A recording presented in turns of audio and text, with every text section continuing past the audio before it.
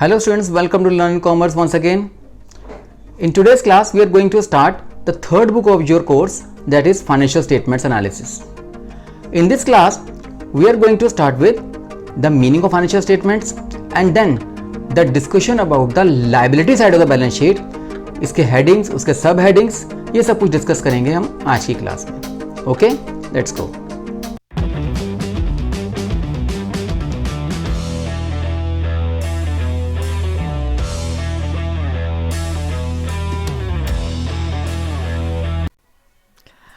Hello everyone, welcome to Learn Commerce once again.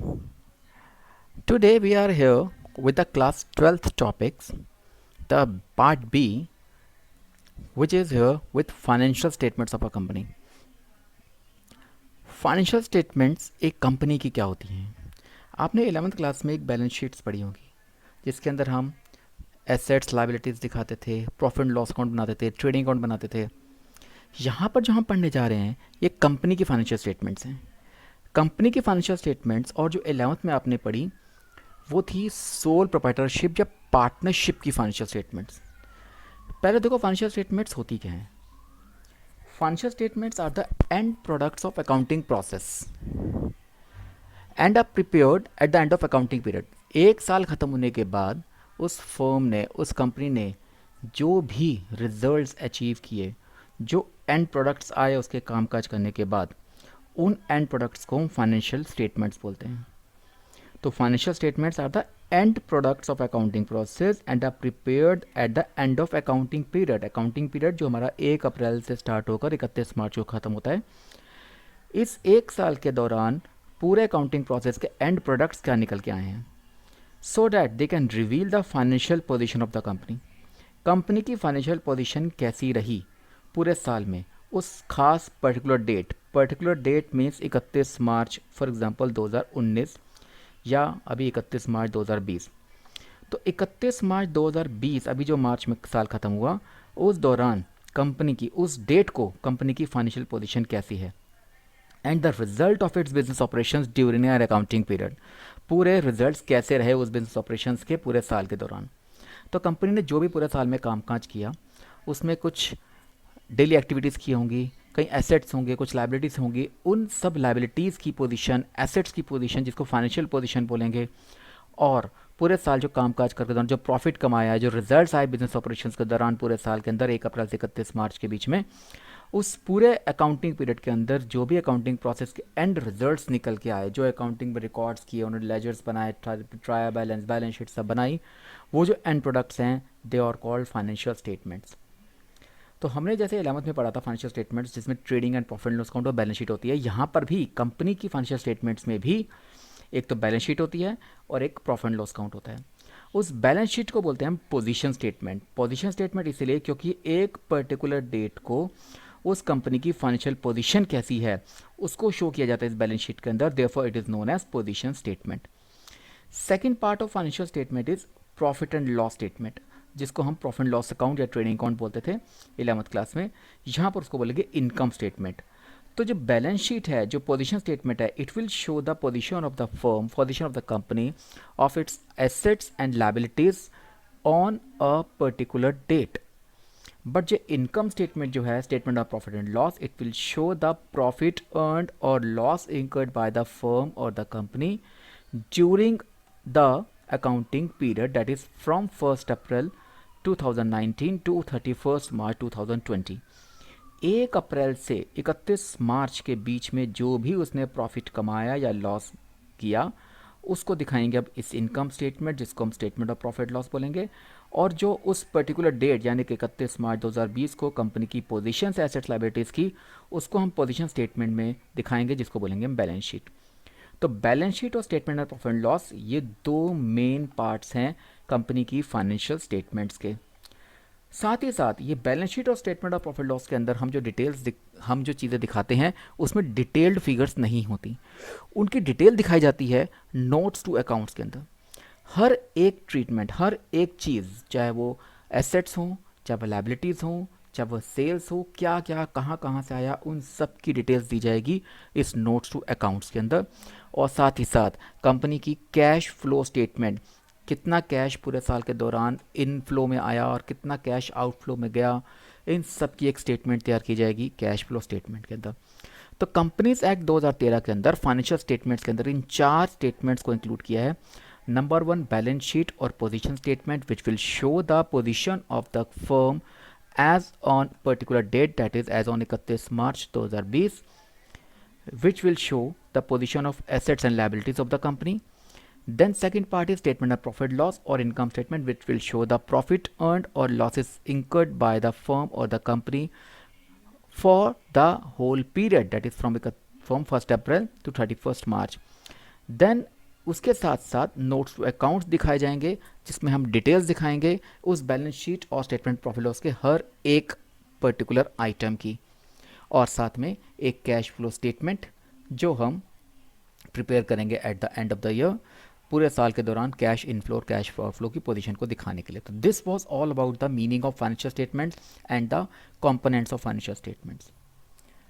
अब हम आगे बढ़ते हैं। जैसे बताया कि दो चीज़ें हमारे पास इसके अंदर हैं फाइनेंशियल स्टेटमेंट्स के अंदर, एक बैलेंस शीट और एक स्टेटमेंट प्रॉफिट लॉस अकाउंट। तो balance sheet is statement of assets, liabilities and equities. Assets चाहे वो टेंजिबल एसेट्स हों, इंटेंजिबल एसेट्स फिक्स एसेट्स के अंदर, चाहे वो लायबिलिटीज़ हों, चाहे वो करंट एसेट्स हों, इक्विटीज़ के अंदर शेयर कैपिटल है, लोन्स हैं, बोरोइंग्स हैं, whatever it may be, सारी एसेट्स, लायबिलिटीज़ और इक्विटीज़ की position which is prepare to show the financial position of the company at a particular date. एक पर्टिकुलर डेट पर कंपनी की financial position को show करने के लिए ये बैलेंस शीट प्रिपेयर की जाएगी। इसी तरीके से स्टेटमेंट ऑफ प्रॉफिट लॉस, जिसको इनकम स्टेटमेंट बोल रहे हैं, it is a statement prepare to show the results of business operations during accounting period. पूरे साल में कंपनी ने जो बिजनेस ऑपरेशंस किए उनके रिजल्ट्स को शो किया जाएगा इस स्टेटमेंट के अंदर, जिसमें कंपनी की ऑपरेटिंग परफॉर्मेंस शो की जाएगी, कंपनी ने किस तरीके से परफॉर्म किया पूरे साल के दौरान। तो ये दो पार्ट्स हो गए, मेन पार्ट्स हो गए, बैलेंस शीट और स्टेटमेंट प्रॉफिट लॉस। उसके अलावा इसकी डिटेल्स दिखाई जाएगी नोट्स टू अकाउंट्स के अंदर। अब देखो ये है हमारा फॉर्म ऑफ बैलेंस शीट। इस बैलेंस शीट का पूरा फॉर्मेट बनेगा कैसे, जो आप 11th क्लास के अंदर बैलेंस शीट बनाते थे उसमें दो साइड्स होती थी, left side right side. Left side पर लायबिलिटीज और राइट साइड पर आप एसेट्स शो करते थे, लेकिन यहाँ पर आपका फॉर्मेट थोड़ा सा डिफरेंट है। पहले तो देखो इस बैलेंस शीट के फॉर्मेट में सबसे पहली हेडिंग जो है वो इक्विटी एंड लायबिलिटीज़ की। इस इक्विटी एंड लायबिलिटीज़ के अंदर 4 मेन हेड्स हैं। वो मेन हेडिंग के अंदर 4 सब हेड्स हैं। ये हैं share holder funds, share application money, non current liabilities और करंट लायबिलिटीज़। हम इन सभी के जो अलग अलग पार्ट्स हैं इन सब की डिटेल एक एक करके डिटेल में पढ़ेंगे, लेकिन अभी आप एक बार फॉर्मेट देखो। फॉर्मेट में लिखा हुआ है सबसे पहला हेड जो है वो है शेयर होल्डर फंड्स का। यह है लायबिलिटी साइड का पहला हेड, शेयर होल्डर फंड्स, जिसमें एक है share capital, reserves and surplus और money received against share warrant. मैं पहले आपको एक और फॉर्मेट दिखा रहा हूँ, उसके बाद मैं आपको इन सब की एक एक करके डिटेल्स बताऊंगा। तो ये शेयर होल्डर फंड्स के 3 सब हेड्स हैं, share capital, reserve and surplus and money received against share warrant.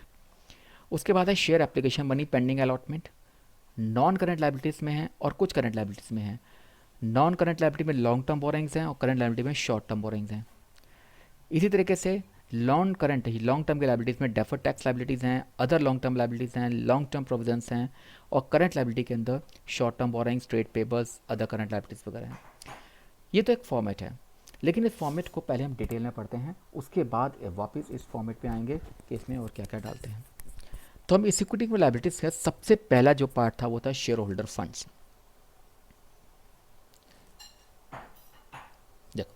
उस इक्विटी एंड लायबिलिटीज के अंदर सबसे पहला था शेयर होल्डर फंड्स। उस बैलेंस शीट की हेडिंग थी इक्विटी एंड लायबिलिटीज। दोबारा देखो, ये था बैलेंस शीट की हेडिंग इक्विटी एंड लायबिलिटीज। उसके नीचे मेन हेड है शेयर होल्डर फंड्स और सब हेड है शेयर कैपिटल।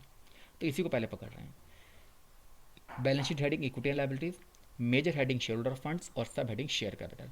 क्या क्या आता है शेयर कैपिटल के अंदर? शेयर कैपिटल के अंदर पहला पार्ट आता है authorised capital, issued capital, subscribed capital.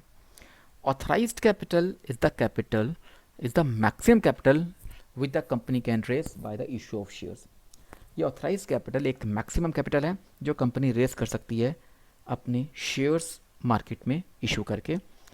ये कंपनी के मेमोरेंडम ऑफ एसोसिएशन के अंदर लिखा होता है कि कंपनी मैक्सिमम कितनी शेयर कैपिटल रेस कर सकती है मार्केट से अपने शेयर्स बेच के। तो ऑथराइज कैपिटल तो हो गया, जिसको हम रजिस्टर्ड कैपिटल या नॉमिनल कैपिटल भी बोलेंगे, which is the maximum capital with the company can raise by the issue of shares. But उस ऑथराइज कैपिटल में से जितने शेयर्स करंट ईयर में इशू किए जा रहे हैं वो आ जाएगा हमारा इशूड शेयर कैपिटल में। तो कंपनी की issued capital can not be more than authorise capital. अगर कंपनी के मेमोरेंडम ऑफ एसोसिएशन के अंदर ऑथराइज कैपिटल लिखी हुई है 1 करोड़ रुपीज़, तो उस 1 करोड़ से ऊपर के शेयर्स इशू नहीं कर सकते।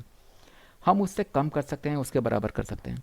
तो issued capital is a part of authorise capital which the company is raising by the issue of shares at the present time. And third part is subscribed capital, which is the capital with the public has subscribed, with the public has applied for the purchase of shares of the company. तो जितने public subscribe करती है, apply करती है company के shares के लिए, वो बन जाती है सब्सक्राइब्ड कैपिटल। अब ये सब्सक्राइब्ड कैपिटल कई बार इशूड कैपिटल से ज़्यादा भी हो सकती है, कम भी हो सकती है, क्योंकि हो सकता है कि जैसे ऑथराइज कैपिटल 1 करोड़ की थी, तो कंपनी इस वक्त मार्केट में शेयर इशू कर रही है 20 लाख के। अब वो 20 लाख रुपीज़ के जो शेयर्स हैं उसमें से अप्लाई नंबर ऑफ शेयर्स ज़्यादा भी हो सकते हैं, जिसको ओवर सब्सक्रिप्शन बोलते हैं, और अगर कम शेयर्स अप्लाई करते हैं लोग तो अंडर सब्सक्रिप्शन में आती है। तो सब्सक्रिप्शन ऊपर या कम हो सकती है, लेकिन इशूड कैपिटल से ज़्यादा हम शेयर सब्सक्राइब कर भी नहीं सकेंगे। अगर लोग ज़्यादा अप्लाई करते भी हैं तब भी हम उससे ज़्यादा शेयर्स इशू नहीं कर पाएंगे। तो ये 3 पार्ट्स हो गए इस शेयर कैपिटल के अंदर, authorised capital, issued share capital और सब्सक्राइब्ड कैपिटल। उसके अलावा इसमें कॉल्स इन एरियर्स, अगर कॉल्स इन एरियर्स हैं, मींस अगर किसी शेयर होल्डर ने पैसे नहीं दिए हैं जो कि कॉल्स इन एरियर्स में चले जाते हैं, तो वो कॉल्स इन एरियर्स हम सब्ट्रैक्ट कर देते हैं सब्सक्राइब्ड कैपिटल में से। और अगर जिन लोगों के शेयर्स फॉरफिट कर लिए गए हैं, जिन लोगों ने पैसे नहीं दिए, उनके शेयर्स जब्त कर लिए गए हैं, तो वो शेयर फॉरफिट का अमाउंट हम इस सब्सक्राइब्ड कैपिटल में ऐड कर देते हैं। तो समरी ये निकली कि इस शेयर कैपिटल के 3 पार्ट्स हैं, एक ऑथराइज कैपिटल, इशूड कैपिटल और सब्सक्राइब्ड कैपिटल, जिसमें से कॉल्स इन एरियर्स को सब्ट्रैक्ट किया जाएगा और शेयर फॉरफिटेड अकाउंट, जो हमारा फॉरफिट हुआ होगा, लोगों का जो शेयर फॉरफिट किए हैं, वो हम ऐड कर देंगे इस सब्सक्राइब्ड कैपिटल को निकालने के लिए। तो इस तरीके से ये हमारी पहली बैलेंस शीट हेडिंग की, हमारी share holder funds major heading की डिटेल्स हो गई शेयर कैपिटल के अंदर। उसके बाद इसमें आता है बी पार्ट, जो है reserves and surplus. Reserve and surplus यानी कि जो कंपनी के पास प्रॉफिट्स रिजर्व्स पड़े हुए हैं उसकी डिटेल्स इसमें आती है। तो ये मैं आपको जो डिटेल्स बता रहा हूँ वो सब नोट्स और अकाउंट्स का हिस्सा ही है। आपके रिजर्व एंड सरप्लस के अंदर अब वापस इसमें आओ तो बैलेंस शीट की हेडिंग अभी भी इक्विटी एंड लायबिलिटीज़ है, मेजर हेडिंग अभी भी शेयर होल्डर फंड्स है, लेकिन सब हेडिंग जो पिछले वाले पार्ट में शेयर कैपिटल थी वो अब रिजर्व एंड सरप्लस हो गई। Reserve and surplus B part है इसका, जिसमें हर तरीके के रिजर्व्स, चाहे वो कैपिटल रिजर्व्स हों, सिक्योरिटीज़ प्रीमियम रिजर्व हो। सिक्योरिटीज़ प्रीमियम, अगर कंपनी प्रीमियम पर शेयर इशू करती है तो जो भी प्रीमियम कंपनी के पास रिसीव होगा उसको हम सिक्योरिटीज़ प्रीमियम रिजर्व में डाल देंगे। डीआरआर मतलब debenture redemption reserve, debenture redemption के लिए अलग से रिजर्व बना रखा है। कैपिटल रिडेम्पशन रिजर्व में पैसा पड़ा हुआ है, जनरल रिजर्व है, सिंकिंग फंड है, रिवोल्यूशन रिजर्व है, शेयर ऑप्शन आउटस्टैंडिंग अकाउंट है, या कंपनी का प्रॉफिट्स है, सरप्लस है, रिटेन्ड अर्निंग्स हैं, एक्यूमुलेटेड प्रॉफिट्स हैं। ये सब चीज़ें हमारे रिजर्व एंड सरप्लस का पार्ट है। इसमें से अगर कोई प्रॉफिट एंड लॉस अकाउंट का डेबिट बैलेंस आता है, मीन्स अगर कंपनी ने कोई लॉस इंकर किया है तो उस लॉस को इसी रिजर्व एंड सरप्लस के हेडिंग के अंदर माइनस की तरह यानी कि ब्रैकेट में दिखाएंगे, और जितने भी रिजर्व्स होंगे उसमें से उस प्रॉफिट और लॉस अकाउंट का डेबिट बैलेंस माइनस कर दिया जाएगा। यानी कि उसको हमने किसी और साइड पे नहीं दिखाना, इसी रिजर्व एंड सरप्लस की सब हेडिंग के अंदर ही शो करना है, बट एज अ नेगेटिव, एक नेगेटिव फिगर की तरह ब्रैकेट में दिखाएंगे कि अगर 3-4 चीज़ें पॉजिटिव में हैं तो उसमें से प्रॉफिट एंड लॉस का डेबिट बैलेंस हम माइनस करके नेट इफेक्ट दिखाएंगे। जो इन सबको प्लस करके टोटल आएगा, उसको माइनस करके आंसर आएगा, उसको हम रिजर्व एंड सरप्लस की बैलेंस शीट के अंदर डाल देंगे। तो जैसे मैंने यहाँ बताया कि जो शेयर कैपिटल, सब्सक्राइब्ड कैपिटल में कॉल्स इन एरियर्स और शेयर प्रॉफिट को ऐड और माइनस करने के बाद जो आंसर आएगा वो शेयर कैपिटल आपको यहाँ शेयर कैपिटल के अमाउंट के सामने शो करनी है। और रिजर्व एंड सरप्लस के भी जितने भी रिजर्व एंड सरप्लस के पार्ट्स बताए हैं मैंने ये सारे, इन सबको ऐड और माइनस करने के बाद जो टोटल आंसर आएगा वो हम यहाँ रिजर्व एंड सरप्लस में बी पार्ट के आगे अमाउंट में शो करेंगे। इसका सी पार्ट जो है वो है money received against share warrant. कई बार क्या होता है कि कंपनी को शेयर एप्लीकेशन का पैसा मिल गया, लोगों ने शेयर्स अप्लाई कर दिए, पैसा मिल गया, पर कंपनी ने अभी तक शेयर अलॉटमेंट लेटर इशू नहीं किए हैं, तो उसके अगेंस्ट उसकी बजाय कंपनी कुछ टाइम के लिए इन द मीन टाइम वो शेयर वारंट इशू कर देती है। तो इसको हम यहाँ पे लायबिलिटी साइड पर शो कर देते हैं इस शेयर होल्डर फंड्स के अंदर ही, कि वो शेयर वारंट इशू किए हैं और जिसके अगेंस्ट पैसा हमें मिल चुका है। तो ये share capital, reserve and surplus और money received against share warrant, इन तीनों, ये जो तीन पार्ट्स हैं, ये शेयर होल्डर फंड्स के तीन सब हेड्स हो जाते हैं। और इनके अंदर क्या क्या आता है वो हमने सब डिटेल्स में वहाँ देखी कि शेयर कैपिटल के अंदर authorise capital, issued capital, subscribe capital आ रही है, और रिजर्व एंड सरप्लस के अंदर capital reserve, capital redemption reserve, debenture redemption reserve, sinking fund, profit loss account, accumulated profits, ये सब चीज़ें ऐड करके हम रिजर्व एंड सरप्लस में शो करेंगे। और सी पार्ट हो गया money received against share warrant. इसका जो सेकंड हेड है वो है share application money pending allotment. ये ऐसा पैसा है एप्लीकेशन मनी का, ऊपर वाला जो पार्ट था उसके अगेंस्ट वारंट इशू कर दिए थे, लेकिन ये भी पेंडिंग अलॉटमेंट, मीन्स अलॉटमेंट अभी हुई है, होनी है, हुई नहीं है। तो हो सकता है कि ना भी हो, लेकिन कंपनी के पास शेयर एप्लीकेशन का पैसा आ चुका है, पर वो लायबिलिटी तो है, हो सकता है कंपनी को वापस रिफंड भी करना पड़े। तो शेयर एप्लीकेशन मनी कंपनी के पास आ चुकी है पर उसकी अलॉटमेंट नहीं हुई है, तब तक वो इस लायबिलिटी साइड पर इस सेकंड पार्ट के अंदर पड़ा रहेगा। इसकी कोई डिटेल्स की आगे ज़रूरत नहीं है, इसी नाम से आपके पास अगर आएगा तो डायरेक्ट इसमें अमाउंट डाल देना है। अब आती हैं दो पार्ट्स के, एक है थर्ड पार्ट पे नॉन करंट लायबिलिटी और फोर्थ हेड में current liabilities. Non current liability और करंट लायबिलिटी में क्या फ़र्क है? नॉन करंट लायबिलिटी वो लायबिलिटीज़ हैं जो कंपनी की लायबिलिटीज़ हैं for more than 1 year, means for more than 12 months. जिन लायबिलिटीज़ की पेमेंट उसने 12 महीने के बाद देनी है वो सारी लायबिलिटीज़ नॉन करंट लायबिलिटी में आएंगी, और जो लायबिलिटीज़ उसने 1 साल से पहले यानी 12 महीने से कम टाइम के लिए ले रखी हैं या वापस देनी है 12 महीने के अंदर अंदर, वो सब करंट लायबिलिटी में आएंगी। अब नॉन करंट लायबिलिटी और करंट लायबिलिटी के अंदर देखो, एक है लॉन्ग टर्म बोरिंग, यहाँ पर है शॉर्ट टर्म बोरिंग। मैं एक एक करके इन डिटेल में पढ़ता हूँ, एक बार आप देख लो। लॉन्ग टर्म बोरिंग है, अदर लॉन्ग टर्म लायबिलिटीज़ हैं, लॉन्ग टर्म प्रोविजंस हैं, यहाँ पे शॉर्ट टर्म प्रोविजंस हैं या ट्रेड पेबल्स है। इन सब की डिटेल नॉन करंट लायबिलिटी की और करंट लायबिलिटी की मैं सारी शो कर रहा हूँ आपकी उन डिटेल्स के अंदर। फिर वापस इस पर आते हैं। देखो, अब इक्विटी एंड लायबिलिटीज़ के अंदर ही हमारे पास बैलेंस शीट की मेजर हेडिंग के अंदर, बैलेंस शीट की हेडिंग की इक्विटी एंड लायबिलिटीज़ के अंदर एक नॉन करंट लायबिलिटी का हेडिंग है। उस नॉन करंट लायबिलिटी के अंदर हम तीन हेड्स यहाँ पर, पहला है लॉन्ग टर्म, सब हेडिंग है long term borrowing. Long term borrowing सारी वो बोरिंग है जो कंपनी ने लोन ले रखे हैं, लोन बैंक से ले रखे हों, मोर्गेज लोन ले रखा हो, किसी भी पार्टी से लोन ले रखा हो, कंपनी ने डिबेंचर इशू कर रखे हैं, बॉन्ड्स इशू कर रखे हैं, पब्लिक से डिपॉजिट्स ले रखे हैं, फिक्स डिपॉजिट्स हैं 1 साल से ऊपर की। ये सारे वो बोरिंग्स हैं जो पब्लिक से ले रखे हों, बैंक से ले रखे हों, या किसी को भी डिबेंचर इशू कर रखे हों, बॉन्ड इशू कर रखे हों, लेकिन इनका मैच्योरिटी पीरियड 1 साल से ऊपर होना चाहिए। अगर इसका मैच्योरिटी पीरियड 1 साल से ऊपर है, ये सब लॉन्ग टर्म बोरिंग्स में आ जाएंगे। और वही हम आगे जाके पढ़ेंगे जिनका इन्हीं चीज़ का मैच्योरिटी पीरियड अगर 1 साल से कम टाइम का है तो वो शॉर्ट टर्म बोरिंग्स में आ जाएंगे करंट लायबिलिटीज़ के अंदर। इसी तरीके से नॉन करंट लायबिलिटीज़ में एक और सब हेड है अदर लॉन्ग टर्म लायबिलिटीज़, यानी ऐसी लायबिलिटीज़, ऐसी लॉन्ग टर्म लायबिलिटीज़ जो अभी तक किसी हेड में नहीं आई। तो फॉर एग्जांपल एक premium payable on redemption, debentures की रिडेम्पशन पे प्रीमियम देना है, या प्रेफरेंस शेयर्स की रिडेम्पशन पे प्रीमियम देना है जो कि 12 महीने के बाद देना है। तो अगर उसकी पेमेंट 12 महीने के बाद होनी है, 1 साल के बाद होनी है, ऐसी लायबिलिटी अभी तक और किसी लायबिलिटी में नहीं आई है, लॉन्ग टर्म लायबिलिटी में नहीं आई है, तो उसको अदर लॉन्ग टर्म लायबिलिटीज़ की सब हेडिंग के अंदर डाल दिया जाएगा। इसके अलावा कुछ प्रोविजंस हैं। प्रोविजंस जो कंपनी अपने प्रॉफिट में निकाल अलग रखती है, वो प्रोविजंस कुछ लॉन्ग टर्म भी हो सकते हैं, कुछ शॉर्ट टर्म भी हो सकते हैं। अगर कंपनी ने कुछ प्रोविजंस अपने एम्प्लॉई के रिटायरमेंट बेनिफिट्स के लिए, फॉर एग्जांपल वो अलग से प्रोविज़न बना के रख रही है ग्रेचुइटी, पेंशन, प्रोविडेंट फंड के, या लीव के, या वारंटी क्लेम्स के, कोई भी प्रोविज़न बना के रख रही है जो कंपनी ने अपने एम्प्लॉयज़ को या किसी को 12 महीने के बाद या कई सालों के बाद देना है, लॉन्ग टर्म के लिए देना है, लेकिन वो अलग से प्रॉफिट में से निकाल कर प्रोविजंस बना रही है, वो सब लॉन्ग टर्म प्रोविजंस में आ जाएंगे। इसी तरीके से हम शॉर्ट टर्म बोरिंग्स में चलते हैं। अब शॉर्ट टर्म बोरिंग्स में इक्विटी एंड लायबिलिटीज़ के अंदर मेजर हेडिंग करंट लायबिलिटीज़ के अंदर आएगा एक शॉर्ट टर्म बोरिंग्स। जैसे मैंने यहाँ बताया था आपको मैंने कि डिबेंचर, बॉन्ड्स, लोन्स ले रखे हैं 1 साल से अधिक समय के लिए, तो वो लॉन्ग टर्म बोरिंग्स हैं। लेकिन वही बैंक से लोन, पार्टी से loan, public deposits, fix deposits, अगर वो 1 साल से कम टाइम के लिए हैं, वो सब शॉर्ट टर्म बोरिंग्स में आ जाएंगे।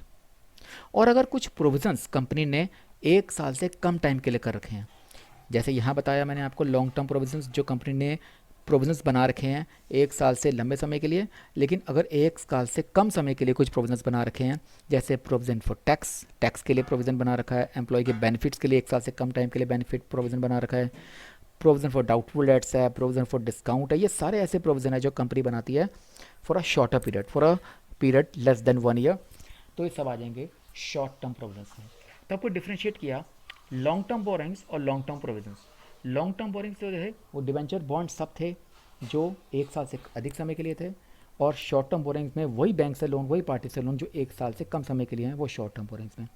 ऐसी लॉन्ग टर्म प्रोविजंस के अंदर जो प्रोविजंस बना रखे हैं कंपनी ने 1 साल से अधिक समय के लिए, और अगर 1 साल से कम टाइम के लिए अगर कोई प्रोविजन बना रखे हैं, वो शॉर्ट टर्म प्रोविजंस में। ठीक, इधर से अदर लॉन्ग टर्म लाइबिलिटीज में डाल दिया था कि जो लाइबिलिटीज़ अभी तक किसी हेड में नहीं आई वो सब long term liabilities, other long term liabilities में आ जाएंगी। यहाँ पर करंट लाइबिलिटीज़ में मेजर हेडिंग के करंट लाइबिलिटीज़ के अंदर एक ट्रेड पेबल्स आता है। ट्रेड पेबल्स के 2 पार्ट हैं, क्रेडिटर्स और बिल्स पेबल। ये सब भी 1 साल से कम के लिए होते हैं। अगर मैंने किसी से सामान उधार रखा है या मैंने किसी बिल्स ऑफ एक्सचेंज की पेमेंट करनी है जिसका मैक्सिमम पीरियड 3 से 4 महीने का होता है, क्रेडिटर्स की पेमेंट भी हमें 3 से 4-5 महीने में देनी होती है, ये क्रेडिटर्स और बिल्स पेबल को जोड़ के हम ट्रेड पेबल्स के अंदर शो करते हैं। उसके बाद इसी इक्विटी लाइबिलिटीज़ के अंदर या करंट लाइबिलिटीज़ के अंदर कुछ और लाइबिलिटीज़ जो शॉर्ट टर्म की हैं पर अभी तक किसी हेड में नहीं आई हैं, वो करंट लाइबिलिटीज़ के अदर करंट लाइबिलिटीज़ के सब हेड में आ जाएंगी। यानी ऐसी मैच्योरिटी लॉन्ग टर्म लोन की ही क्यों ना हो, लेकिन वो अभी 1 साल के अंदर अंदर मैच्योरिटी होने वाली है। ऐसी इंटरेस्ट एक्रूड है लेकिन ड्यू नहीं हुआ बोरिंग्स के ऊपर, या ड्यू भी हो चुका है, तो interest accrued but not due on borings and interest accrued and due on borings. कोई इनकम एडवांस में मिल गई है आपको, कोई अनपेड डिविडेंड है, मीन्स डिविडेंड अब ये दिया नहीं है या डिविडेंड मांगा नहीं गया, अनक्लेम डिविडेंड है, या मैच्योरिटी का डिपॉजिट जो पे नहीं किया पर देना है, आउटस्टैंडिंग एक्सपेंसेस हैं, कॉल्स इन एडवांस जो लोगों का शेयर्स का पैसा एडवांस में आ चुका है, ये सब ऐसी लाइबिलिटीज़ हैं जो 1 साल के अंदर अंदर देनी है लेकिन वो किसी और हेड में नहीं जा रही, इसलिए इसको अदर करंट लाइबिलिटीज़ में डाल दिया जाता है। ये सब हमारे पास पार्ट जो हुआ वो सारा देखा आपने डिटेल्स में सारा कि इक्विटी लाइबिलिटीज़ के अंदर शेयर होल्डर फंड्स के अंदर पहले शेयर कैपिटल आया, फिर रिजर्व एंड सरप्लस आया, फिर इक्विटी लाइबिलिटीज़ के अंदर नॉन करंट लाइबिलिटीज़ के अंदर हमने long term borrowings, long term provisions और अदर लॉन्ग टर्म लाइबिलिटीज़ देखी, और करंट लाइबिलिटीज़ के अंदर short term borrowings, short term provisions, trade payables और अदर करंट लाइबिलिटीज़ देखी। Okay students, that's all for today's class. आज की क्लास में हमने फाइनेंशियल स्टेटमेंट्स क्या होती हैं उसके बारे में डिस्कस किया, और उसका फॉर्मेट, पूरी बैलेंस शीट का फॉर्मेट देखा, और साथ ही साथ लाइबिलिटी साइड, उसका जो लाइबिलिटी साइड का हिस्सा है उसके अंदर उसके हेडिंग, सब हेडिंग्स, पूरी डिटेल्स उसको डिस्कस किया। और अगली क्लास में मैं आपको इसका एसेट साइड वाला फॉर्मेट और साथ साथ प्रॉफिट लॉस अकाउंट का फॉर्मेट को पूरा सब हेडिंग्स और हेडिंग्स के साथ डिस्कस करेंगे। Okay, till then stay connected with learning commerce. Thank you.